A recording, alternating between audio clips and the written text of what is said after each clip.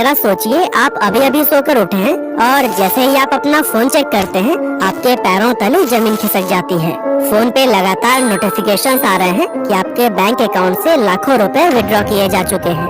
आपके पैसे कौन, कैसे और कहां बैठकर निकाल रहा है ये किसी को भी नहीं पता। आप बैंक में कॉल लगाते हैं लेकिन वहां से भी कोई मदद नहीं मिलती। अब ऐसी सिचुएशन में आप क्या करेंगे? यकीनन ये ख्याल ही अपने आप में एक बुरे सपने जैसा है और भगवान न करे किसी के साथ ऐसा हो। लेकिन आज से करीब 12 साल पहले यही बुरा सपना लोगों के लिए एक हकीकत बन गया था। जी हाँ, कई सारे लोगों के बैंक अकाउंट से ऐसे ही अरबों रुपए गायब हो गए थे। इस सब के पीछे किसका हाथ था, इसकी जांच करने में इंटरनेशनल पुलिस से लेकर FBI जैसी एजेंसीज लगी हुई थी। लेकिन आपको जानकर हैरानी होगी कि इतनी बड़ी लूट के पीछे कोई बहुत बड़ी टीम या गैंग का हाथ नहीं था, बल्कि ये सब 20 साल के एक मासूम से दिखने वाले लड़के ने किया था, जिसे पूरी दुनिया आज हैप्पी हैकर के नाम से जानती है। अब इस अकेले लड़के ने इतनी बड़ी चोरी को कैसे अंजाम दिया, ऐसा करने के पीछे इसका मकसद क्या था और क्या पुलिस इसे कभी पकड़ पाई? आइए इन सब चीजों के बारे में थोड़ी डिटेल में बात करते हैं। अब दोस्तों, नो डाउट दुनिया में टेक्नोलॉजी इस समय बेहद तेजी से एडवांस हो रही है और इंसान की लाइफ को आसान बनाने के लिए दिन रात प्रयास किए जा रहे हैं। लेकिन एक काला सच ये भी है कि टेक्नोलॉजी में एडवांसमेंट से हो रहे फायदों के साथ साथ बहुत सारे नुकसान भी आते हैं और इन्हीं में से एक सबसे बड़ा नुकसान है साइबर क्राइम। ये आमतौर पर होने वाले क्राइम के जितना ही खतरनाक होता है, बस फर्क सिर्फ इतना है कि इस क्राइम को वर्चुअली किया जाता है। हैप्पी हैकर की स्टोरी पर अगर नजर डालें तो इस मामले की शुरुआत साल 2009 में हुई थी। यूनाइटेड स्टेट्स ऑफ अमेरिका में मौजूद जॉर्जिया शहर के बैंकों में लोग शिकायत भरे कॉल्स कर रहे थे कि उनके अकाउंट से बिना उनकी परमिशन के ही पैसे निकाले जा रहे हैं। बैंक वाले भी इस मामले की जड़ को नहीं समझ पा रहे थे। सिर्फ आम लोग ही नहीं, बल्कि बड़े बड़े ऑफिसर्स और बिजनेसमैन भी इससे परेशान थे, क्योंकि हैप्पी हैकर के निशाने पर आम लोगों के साथ साथ बड़े बड़े और अमीर बिजनेसमैन भी थे। ये मामला उस समय और भी ज्यादा पेचीदा हो गया जब वर्ल्ड फेमस कंपनी माइक्रोसॉफ्ट भी उस हैकर का शिकार हो गई। इस इंसिडेंट के बाद से जॉर्जिया की पुलिस समझ गई थी कि ये कोई छोटा मोटा मामला नहीं है और इसीलिए उन्होंने इसकी कमान FBI यानी कि फेडरल ब्यूरो ऑफ इन्वेस्टिगेशन को सौंप दी।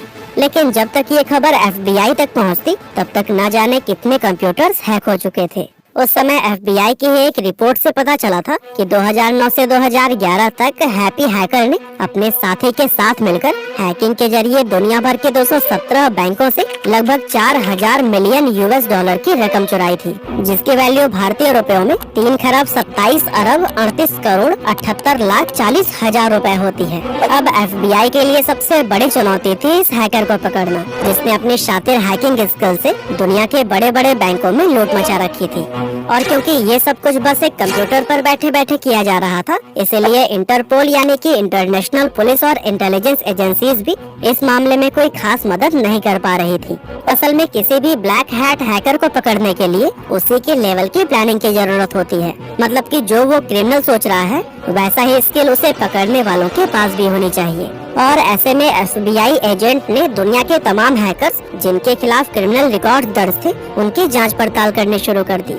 और दोस्तों, काफी मशक्कत के बाद से फाइनली उन्हें इस मामले से जुड़ा एक सस्पेक्ट मिला और ये सस्पेक्ट अल्जीरिया का एक हैकर था जिसका नाम था हमजा बैंडेलॉज।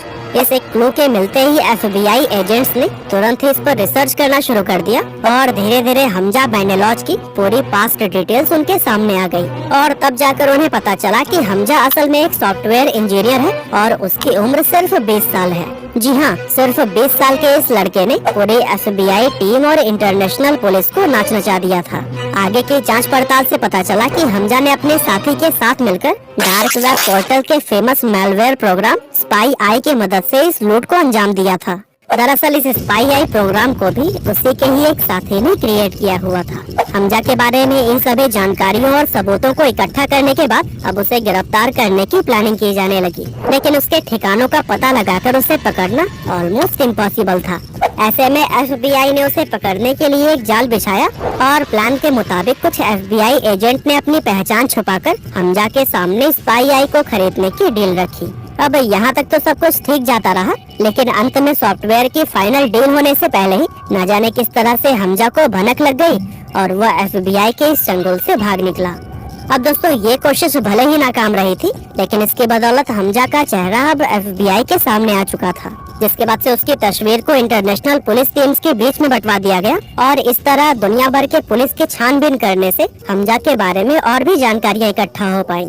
जानकारी मिलने के बाद पता चला कि हमजा एक अल्जीरियन हैकर था जो कि बचपन से ही कंप्यूटर का मास्टरमाइंड था। उसे कंप्यूटर की दुनिया बेहद पसंद थी और इसी के चलते उसने यूनिवर्सिटी में भी कंप्यूटर की ही पढ़ाई की थी। इसके अलावा हमजा को कोडिंग का भी शौक था और काफी कम उम्र से ही उसने धीरे धीरे हैकिंग सीखना शुरू कर दिया था। और दोस्तों इस तरह से देखते ही देखते उसने किसी प्रोफेशनल हैकर से भी बढ़िया हैकिंग स्किल डेवलप कर ली थी। अब पहले तो वो सिर्फ अपने दोस्तों को इम्प्रेस करने के लिए कंप्यूटर्स को हैक करता था, लेकिन कुछ ही समय में उसका ये शौक क्राइम में बदल गया और इस तरह वो हैकिंग के जरिए दूसरों के डिवाइसेस से डेटा और इन्फॉर्मेशन को चुराने लगा। साल 2009 आते आते उसकी मुलाकात अपने ही एज ग्रुप के एक और स्किल्ड हैकर से हुई जिसका नाम पेनिन था।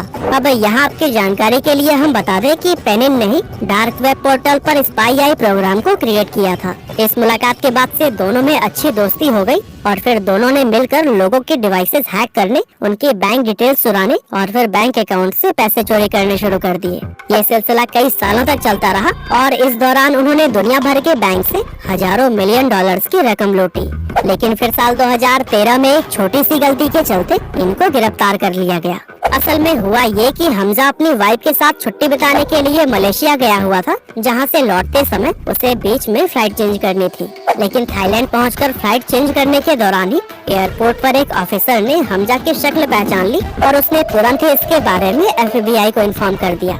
कुछ ही समय में FBI एजेंट्स USA से थाईलैंड पहुंचे और इस बात की पुष्टि की कि यही असली क्रिमिनल हमजा बैंडेलॉज है। और फिर इस तरह फाइनली 8 जनवरी 2013 के दिन हमजा को गिरफ्तार कर लिया गया।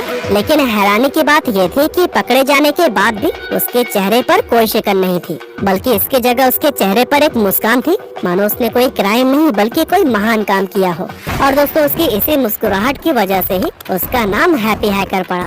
हमजा के पकड़े जाने के बाद से अब उसके साथी तक पहुंचना ज्यादा मुश्किल नहीं था और थोड़ी ही मशक्कत के बाद उसके पार्टनर पेनिन को भी गिरफ्तार कर लिया गया।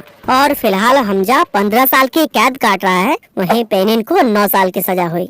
अब दोस्तों इंटरनेट की इस विशाल दुनिया में हमारे सभी जरूरी पर्सनल डेटा पर बहुत सारे खतरे मंडरा रहे होते हैं। बड़े बड़े हैकर्स हमारी डिवाइसेस को हैक करने की फिराक में लगे रहते हैं। बस एक गलती और हमारी सारी पर्सनल डिटेल्स हैकर के हाथों में। और यही वजह है कि इस तरह के क्राइम्स के बारे में गवर्नमेंट भी ज्यादा से ज्यादा जानकारी देती है, ताकि लोगों में जागरूकता बढ़े और वो इन खतरों से खुद का बचाव कर सके। वैसे दोस्तों आपको हैप्पी हैकर की ये स्टोरी कैसी लगी, हमें कमेंट करके जरूर